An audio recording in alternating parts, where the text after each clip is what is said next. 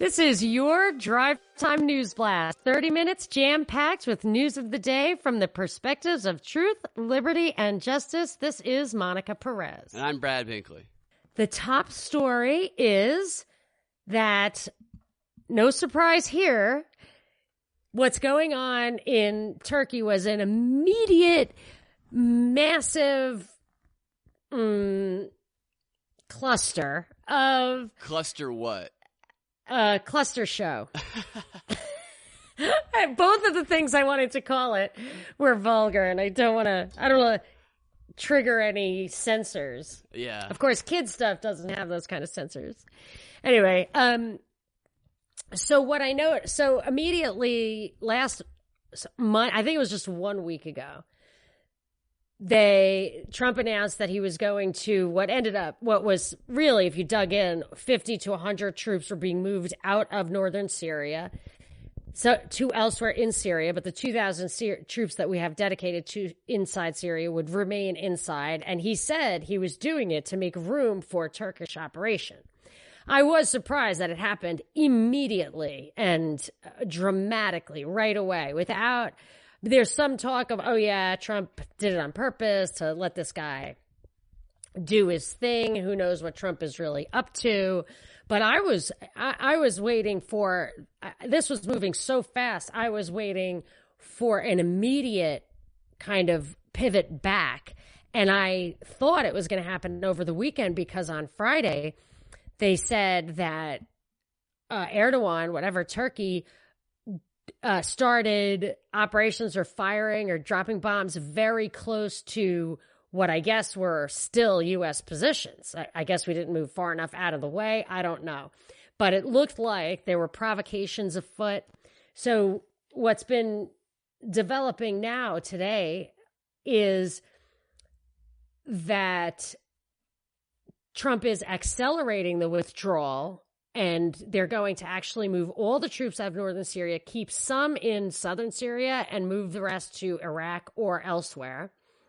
Now, if you think about these troop movements, we sent a lot of troops over to Saudi Arabia. What looked like a response to the oil well fire bombing. Now, maybe that whole thing, which was fishy in my opinion, was meant to give cover to the fact that we were bringing troops into the Middle East, that I have never thought and will not believe that we've abandoned our efforts in Syria. I don't think the way the geopolitical paradigm is right now that we will ever stop trying to use U.S. money and weapons and soldiers to dominate the Middle East for whoever it is on top. The military-industrial complex, the defense, energy, banking, the big three. We're just not stopping. And now there are all these reports of Turkey committing atrocities, of course, and then many reports in the kind of one level down of those reports being fake, falsified. The video, which was actually, there was plenty of evidence of that happening in Syria over the years, just false reporting, made up videos, people being exposed as creating videos out of thin air. And right now, with the way the media has been talking about how the truth doesn't matter, but the greater truth does, or the facts don't matter, the greater truth matters. Uh-huh. That would Are they talking about that now? They're talking about that, and that's just a theme across all of the news. Oh, definitely. Yes, I absolutely. That's such a theme. Yeah, that's such a theme anyway. And of course, as you have pointed out, when they start with augmented reality, they're going to be able to like make you feel like you're there, which gives so much authenticity to stuff that is by definition fabricated. Yeah. So one thing that I had highlighted to expect last week, it was just one sentence in an article, but no sentences are wasted, that ISIS would be getting out of prisons. I was like, okay, if you're going to move our troops, we have 2,000 troops, why are we not guarding our own ISIS prisoners? So the whole theme is that. And actually, there was a big CNN editorial on there online where it said, all of these years of fighting ISIS has been a complete waste because in one day, Trump totally we had them on the run. I wondered all this. Like, they were like, ISIS is defeated. All this stuff was I just didn't believe what I mean, everyone, even in the alternative press, seemed to believe this narrative that we were finished in Syria. And I'm like, we're never, unless the actual people calling the shots are dying, they're never going, if they can get away with it, they are never going to stop pushing ahead. They don't care about the cost of money. Well, the money they end up getting, so they love that. But our human life, nothing. So they're going to do whatever they have to do to keep it going. They're not just going to walk away, admit defeat. They're just never going to do that. So now that ISIS, even women and children who are ISIS related, have been featured in stories. It's like, can you believe these people are getting out of jail? It's like, okay, they're women and children. I believe you. They're ISIS, but whatever. Yeah, that made me think of the caging babies story they always run with when they started talking about the women and children that were in jail. Is the caging babies? What's that? That's the border crisis. Putting yes, but these are evil babies, right? These are evil babies. So Lindsey Graham and Nancy Pelosi are burying the hatchet and reaching across the aisle to stop this horrible decision by Trump. They want to reverse his decision. I guess to withdraw is the decision that they want to reverse. I'm all for Congress taking back the war powers, but let's declare war. If we've got a war going on, if we're deploying military abroad, we should declare it as a war or mind our own business. They also want extreme sanctions against Turkey, who is an official ally of ours. So whoever Turkey goes to war with, we have to go to war with. I believe that's how NATO works, something like that. So this is like when we had the authorization to use force against anyone who did 9/11 or harbors people who did 9/11, which was Al-Qaeda. But the people that we're using to invade Syria were also Al-Qaeda. So when we went in to fight side by side with Al-Qaeda against Syria, like, what was the authorization to use that force? And then Obama had to actually get it changed. So the other big thing, of course, power vacuum. They actually said today on Fox, the power is shifting as the Kurds look to Russia and Syria to protect them after we abandon them. So it's all this, but Russia, but Syria. And I think that we're in cahoots with Turkey. I've got to look. There was that prank call with Lindsey Graham from our favorite radio hosts out of Russia that he talks about their kind of plan with Turkey. I'll have to go back and listen to that because I assume that Turkey is cooperating with us on what I believe to be this scenario that gets us to justify now that everybody, all CNN, all Fox, all Republicans, all Democrats, everybody is joining in one voice, like, we must escalate in Syria. And Lindsey Graham had called for 20,000 troops to be sent to Syria just a couple of years ago. So we know what he wants. Yeah, I want to know, at what point in time is it completed? Can anybody give a concrete picture of what it looks like so we know how to say, okay, now everybody can easily recognize that it's time to get out of there? Well, I did read something that said you cannot yield the battlefield. If you yield, you lose. And terrorism is everywhere. And this is a battle against terrorism. So never. It means never and nowhere. Those are the two places where we can not have war. Yeah. Never and nowhere. So that's just an answer to your question. That's a good answer. I think we got it. We nailed it. So, there's actually a few little more items of international news. Hong Kong protest. Police say that a remotely controlled bomb was detonated that's similar to the ones that have been used in terror attacks. They didn't specify where or which terror attacks, but this was the first time such a bomb had been used in these protests, and it was controlled remotely by a mobile phone, and it was set off as a police car was driving by and as police were clearing the streets after a demonstration. And about 20 petrol bombs were also exploded over the weekend, so it signals an escalating tactics being used in the protest. And this makes me think back to last week after Trump's rally in Minneapolis, where there was a lot of attacks. Well, police and protesters were going after each other outside. I just think we're going to continue to see the mirroring of some of the things that we're seeing in Hong Kong. And that kind of thing is spreading everywhere. Mm-hmm. I mean, many places. And I noticed there was an article I don't know where it is. I don't know if it's like spread all over the news, but there's news coming out of Ukraine that's showing neo-Nazis protesting the Ukrainian President Zelensky, kind of in parallel the way Pelosi and Graham are protesting Trump. Zelensky, supposedly, of course I don't believe for a second, was elected by the grassroots as the alternative candidate because he said he would make peace with Russia about the cauldron, the eastern Ukrainian stuff that did not want to go pivot to the west when Yanukovych was run out of town. So that earlier president, anyway, I can't recap all that stuff.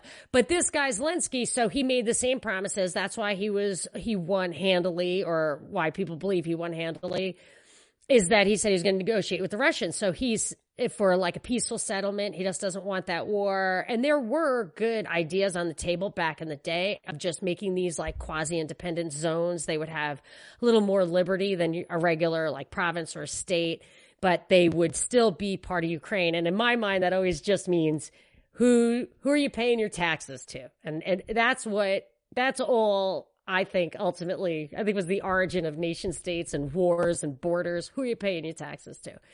But this guy, so Zelensky wants to take the rational road of making peace with Russia, and he's being met with neo-Nazi protests. And if you'll remember, Victoria Nuland, one of the three people she said were going to run the government after they got rid of the democratically elected president. One was Yats, who they were going to put in the position, the face job, Yatsenyuk, who was, and the other two are Klitschko, who became the mayor of Kiev and was calling the shots behind the scenes, was what she said. And the other guy was Tannibuk, who is the head of the neo-Nazis there. So she has this coalition of these guys who are controlling different factions, controlling the scenes. And so it looks to me like the neo-Nazis, if that's still the case, the neo-Nazis are being controlled by whoever's controlling the Ukrainian government. Yeah. I mean, you could think that Zelensky somehow won this Democrat, like that we went through all the trouble of replacing a democratically elected president only to just make the elections completely fair and hope for the best, you know, like I doubt that happens. So Zelensky, I think it's that dialectical thing where he's going to try to make peace. Then there's going to be resistance, and whatever's going to happen is going to be the way it was supposed to be. This is what I was looking out for on how they're going to rope in the Ukrainian scandal and turn it completely into a Russian interference scandal. And if Zelensky is trying to cooperate with Russia, take the peaceful solution, and there's these people protesting, that right there, the media, one way they could report that is that coercion by Trump is forcing Zelensky to cooperate with Russia. He's being bullied to cooperate with Russia, and Russia, which is obviously Trump's a puppet of Russia. So it's just a circle that completes. Yes, so right there. Even though, right, now that's interesting because that points to why I was scratching my head. Where did I see that story? Because I think I got that story off a kind of more marginal, international focused Voice of America or RT, which would be like opposite propaganda, but it's still for a different audience. And you'll find that a lot where they will acknowledge in this something that regular people aren't going to see, that Zelensky actually his popularity politically derives in part, according to opinion in his home in Ukraine, in him wanting peace with Russia, which means that the people in Ukraine want peace with Russia. That's all great. And they're willing to compromise all that. Right. So that would be reasonable. But what you're saying, that doesn't mean that our mainstream media wouldn't say, oh, now all of a sudden this guy is making peace with Russia. Yeah, exactly. Yes, I totally agree with that. And I have seen that. That is actually why today I went to RT and I went to some of those outside sources. I wanted to see, maybe I was looking for like the serious stuff, but then you see a different narrative. It's so funny. And sometimes I think that news events that seem fishy to me here, and I can't figure them out, I think maybe those are directed to the outside world. They're not really meant for us. They happen here, or we have to hear about them, but we're not really given the whole the whole plot twist because it's not designed for us. So there are like those two, I think it faces in and it faces out. And there are laws about that. That's what that Michael Hastings thing, the last thing he wrote about was that law where they loosened up the rules of how propaganda could be consumed by domestic audiences. Yeah. And so they acknowledge always that there's a difference between how we treat the rest of the world and how we treat our own people. It's so pathetic. Yeah. But the Ukraine thing reminds me of Hunter Biden is another big thing that's in the news right now. And I just wanted to point out what's in the news across every outlet. Hunter Biden steps down from Chinese board. Yeah, you were all over this, not the resignation part, but this Chinese board that he was on. Right. And I can't tell you, I had to dig and dig to even see if it was the same Chinese board. So I read the Wall Street Journal article. I think the one online is more comprehensive, but the one in my newspaper, it did mention this BHR. Doesn't say anything about it. Nothing. I think all it said is Hunter Biden owns 10% of the private equity firm BHR, and which he earned by committing to invest $420,000 for the stake.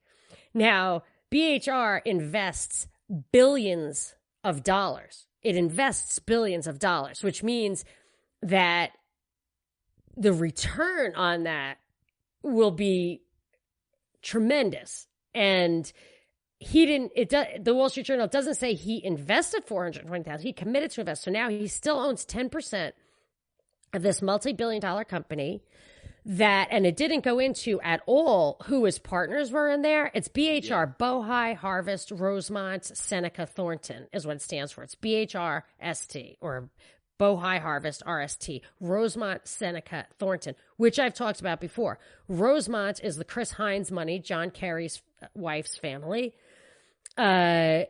Thornton is the James Bulger, Whitey Bulger money.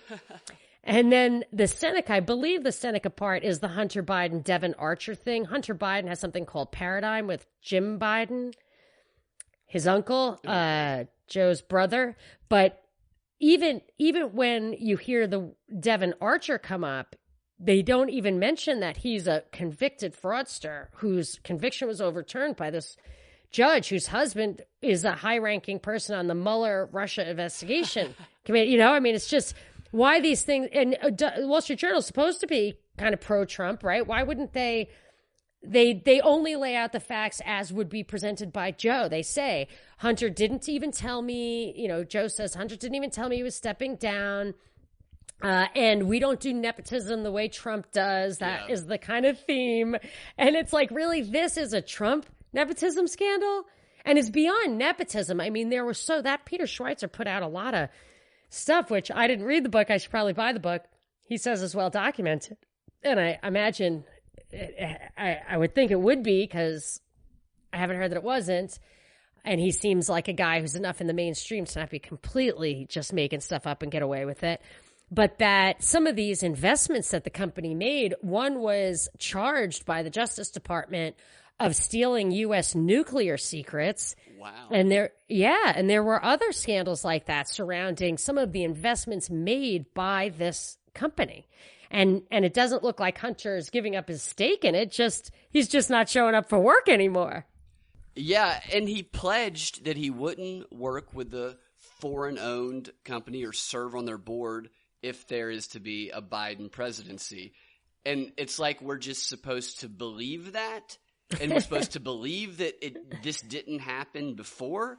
See, the thing that is crazy about this is even an objective observer who is dispassionately looking at this, who might hate Trump, completely hate Trump, but if they dispassionately look at this objectively, I think best case scenario, you say, you know what, this actually should be investigated just to prove that there was nothing going on because it doesn't look good at all. Right. So I see a couple possibilities of what's going on here. Harold Laswell, the propagandist and political scientist, in the early 1920s, like 1980s. He writes about the propaganda techniques of how to bury information that's going to get out anyway. And Biden could have made some sort of deal to be this gaffe-filled front guy in order to leak out the information about his sons and potentially his involvement that could be corrupt with China and or Ukraine in a way that buries it and it never gets heard from again. Absolutely. I think that's a completely reasonable theory to work with. Yeah. Another possibility is that we take Hunter Biden at his word, and I stated my opinion on that even we take him at his word, it should still be investigated to clear his name because it doesn't look good. Another possibility is that we talked about this one. This is actually propping Biden up. It's propping him up to make him be cheated by foreign interference. A specific example of yes, being cheated yes. by foreign interference. Yes, so he was never ever going to win or be president ever. Like, I never thought for a minute he was a viable candidate. I thought it was kind of crazy that he was being propped up by that. I was also shocked when Jeb Bush ran back then. I was like, are people really ready for another Bush? But he just kept getting propped up. I did fall for it at the time. But so like with Biden, they can take somebody who really has nothing to lose. He wasn't going anywhere. And you're right. This almost like whitewashes it all for him. Like, you can never look into it without it seeming like, well, that's without evidence. Those are accusations without evidence. It's like Pizzagate. We're going to noticeably not investigate this in a normal manner because it's politicized by a conspiracy theorist. Wow, yes. Yeah, they're debunking the conspiracy theory itself debunks itself. Another possibility, and this might be a little far-fetched, but what if a case is actually being built against Hunter Biden and he actually does get arrested? Imagine for a minute. Think about if that were to happen. If he got arrested, it would immediately be reported, regardless of – there could be a mountain of evidence proving that it's true, proving that whatever corruption or whatever he's being accused of that he's guilty of. Mountain of evidence, it doesn't matter. It will be reported in the media as Trump locking up the son of one of his political opponents in authoritarianism. The fears of authoritarianism will run rampant. Yeah, that's excellent. Yes, political prisoner. Yeah. And speaking to what you – political prisoner. To what you said a moment ago, I expect Trump's kids to be subpoenaed by Congress. I think Trump's entire thing, and this is why now with Biden, I think that Hunter is a ne'er-do-well that Biden uses as a front for his own enrichment. Like, that's how and of course, Hunter has kids and whatever, so you pass it down through the generations. But I don't think of like Hunter being Joe's pride and joy and that he's doing this all for Hunter. I do actually feel that way for Trump. I feel like his main motive in being president and playing this game that I think he's playing, maybe he's not, maybe he's just an egomaniac or he loves this country, depending on whether you like him or not. But I personally think that this is all the quid pro quo for him just going through the ringer or standing up to this day after day, is that his kids will be kind of like Corleone's, like they will emerge as legitimate and their money will be legitimate and never ending with that DC post office. I think that it's, so maybe they'll subpoena them. I don't know about that, but I do not think that they will really be hurt. And maybe there'll be a Don Jr. and Eric ticket in 2024 or Ivanka. Oh, Ivanka. First female president. Yeah. Okay, so Shepard Smith resigned this past weekend at Fox News. I'm sure you probably heard. Yes. And I expect that he'll have a show on CNN or MSNBC by the end of the week. Although he does have a no-compete clause. I don't know how that will factor in. But he says he's not done yet. But the interesting part about this is that the way that it's being reported by CNN and other news outlets. And did you know this? I didn't know this when I first heard it. I've seen Shep Smith on TV for years, but I had no idea that inside of Fox he was the leader of making true journalism the ethos of the network, and that he was the leader of the journalist side of Fox News, and he had the courage, which gave other journalists who fear the opinion makers over there, he gave them the courage to fact-check Trump, and that he was the only thing standing in between a complete takeover of the Sean Hannity and Tucker Carlson opinion makers. And with him gone, all the other journalists are speaking anonymously and cowering in fear because Fox News is now overrun by the opinion host, and CNN and others, they seem to be demanding that there be some sort of outside universal fact checker that must get the same amount of airtime over at Fox News. That seems Hold to be on, slow down. What was that? It seems to be the way this is being reported by CNN. No, but what was that last half sentence? That fact checker? They want what? They're talking as though they want Who's outside that? CNN and other networks. Outside independent fact checkers must get the same amount of airtime at Fox News. That seems that's the fairness doctrine. I know. That's exactly what it seems like. There's a push towards that going on. That has been to this. Obama was trying to bring back the fairness doctrine, and this is one of those things where I use the hashtag "it will take a Republican." Or both, bipartisan. Maybe Pelosi and Graham can put it on their joint to-do list. I expect to hear something about that on some sort of congressional legislation soon. And another interesting aspect of this is that one of the things that Fox News, while also it does spread propaganda, but comparatively to CNN, one of the things it did well is you could say, well, it does differentiate its fact shows, its fact-based news shows versus its opinion shows. So it labels them as such. And some of the news shows actually seem to contrast Trump. And CNN and the other networks, you can't really make that same claim. So now by Shep Smith resigning, you take away the only argument for, well, Fox News isn't total propagandist. Now the other side can say, well, they're completely radicalized. The opinion people attack and destroy the actual news reporters. And now it's just pure state-run media.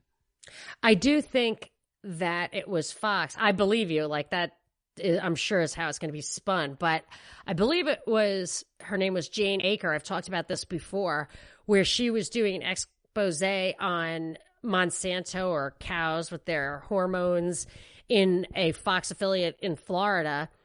And Monsanto called, I think, Roger Ailes, like the head of Fox. That was the article I read, and went and had her story, I think, spiked or hijacked and falsified.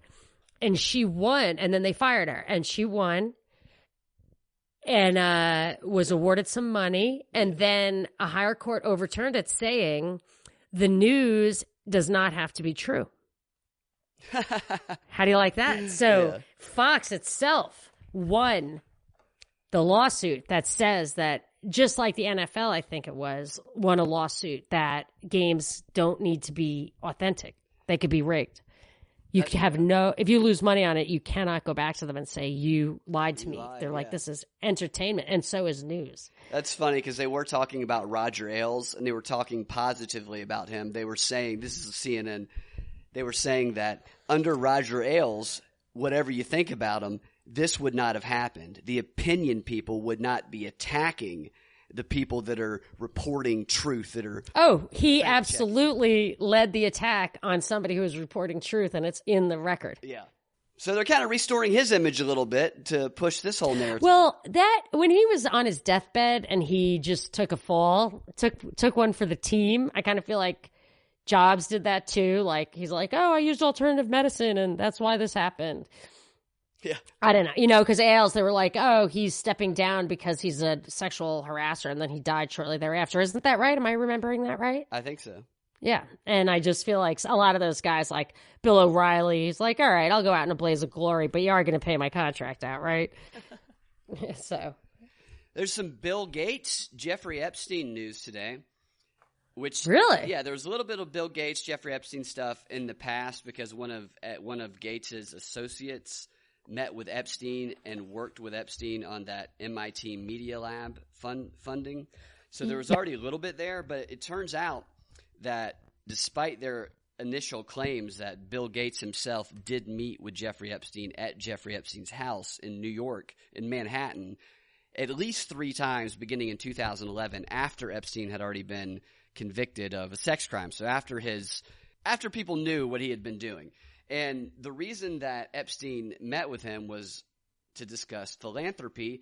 And they initially said, Gates' spokesperson said that once over time, the Gates team realized that Epstein's capabilities and ideas were not legit and all contact with him was discontinued.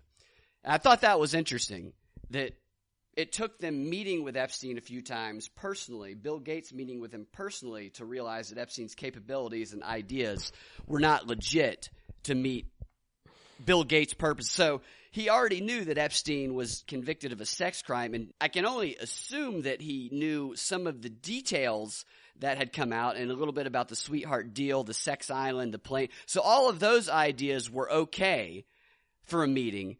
I want to know what ideas Epstein presented to him. That what was the deal breaker? Right, if that stuff was fine, sacrificing. What kind of strange animal was in his guest room waiting for him? What finally made Gates say, "I don't cross this line"? I would like to know that. Right?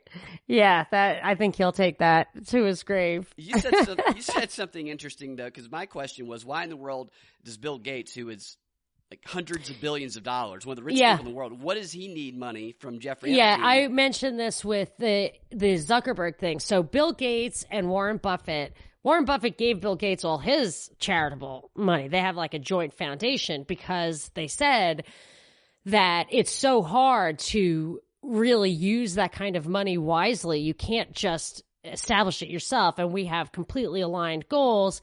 And that's what we need to do. And then they went and got Zuckerberg, who I, of course, identify, in my opinion, as a created person. But he went and gave them, also pledged to them like a huge amount of his fortune. And my thinking isn't that it's so much that they need more money. It's actually hard to deploy that kind of money. It's that they want to make sure it doesn't end up anywhere else. It's almost just like in the Middle East, it's not necessarily that we need all the oil, but we need to make sure nobody else has control of all that oil. And I almost wonder with somebody like Zuckerberg, if it's just a way. So let's say my hypothesis is correct, and Zuckerberg was identified when he went to that youth program at Johns Hopkins as somebody they wanted to use in this way, as the Pied Piper for, I don't know, getting big tech to be highly censored or something like that. They bring him up, they prop him up, and he gets all this money, and then they got to get it back, right? He can't just have it. Like, I always feel like the Travis Kalanick story is a good one. Like, he had a lot of money, and they're like, okay, now it's time to share your data with the government. He's like, no. They're like, oh, I'm sorry, son. It does not work that way. So it's possible that this is a way just to get the money back from Zuckerberg or whatever. With Epstein, I mean, my guess is that to the extent that Gates has a funny background, people do wonder about his origin story, where like IBM gave him the reins to some important developments while he was like working out of a garage. I don't know. There's some fishy story about Bill Gates. So who knows where this stuff dovetails as far as intelligence, big tech, governments. You know what I mean? I would think Gates and Epstein would have something more important to talk about than just simple, straight up siphoning all surplus wealth into dedicating it to these PC purposes. Yeah, I do too. Like, maybe what information does Epstein have and has he collected? You know, Gates does deal in data. Yeah. Well, I mean, I think that is, and we've said this for a really long time, is that Epstein's primary goal. I mean, his handler, Maxwell, her father was a super spy. Yeah. 6 Mossad chiefs went to his funeral, if what I've read is correct. Yeah, I'm looking forward to hearing more about that. And some questions I have about that is, there seems to be information related to Epstein and his dealings that is kind of quietly leaking out. Slowly, it's not getting a whole lot of coverage. And I'm wondering, similar to the Biden thing, is it just being leaked out there to get it out there and bury it, or is something really coming down that's going to be bigger? I don't think we're getting. I don't either. They're turning the tables on those women, and it's not cool. Yeah, it's not cool. You had something about the California. Oh yeah, and the original fires in California were last year. The really, really big fires, like the mind-bending fires, were started. PG&E is actually being held responsible for having started the fires by doing some unusual maintenance work on electrical towers nearby.